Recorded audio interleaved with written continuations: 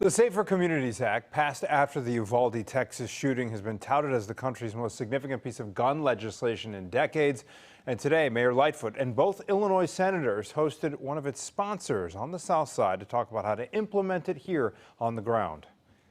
This gets framed as a gun bill, but as Senator Durbin said, in this bill is $15 billion in investment in community safety, school safety, mental health, and trauma. Senator Christopher Murphy of Connecticut, one of the champions of the bipartisan Safer Communities Act, joined local leaders and anti-violence activists in the greater Grand Crossing neighborhood. We really passed this bill because we built something that had power.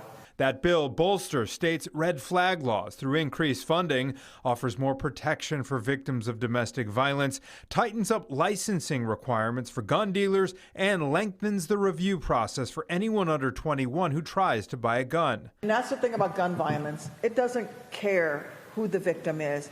The victims are babies sleeping in their cribs. The victims are mothers pushing strollers. The victims are innocent bystanders. There are people driving on the interstate, on the tollway. The victims are police officers. The bill also funds mental health services for juveniles, something Illinois Senator Durbin says will help troubled young people who end up in the criminal justice system. Virtually all of them have one thing in common. They are victims of trauma.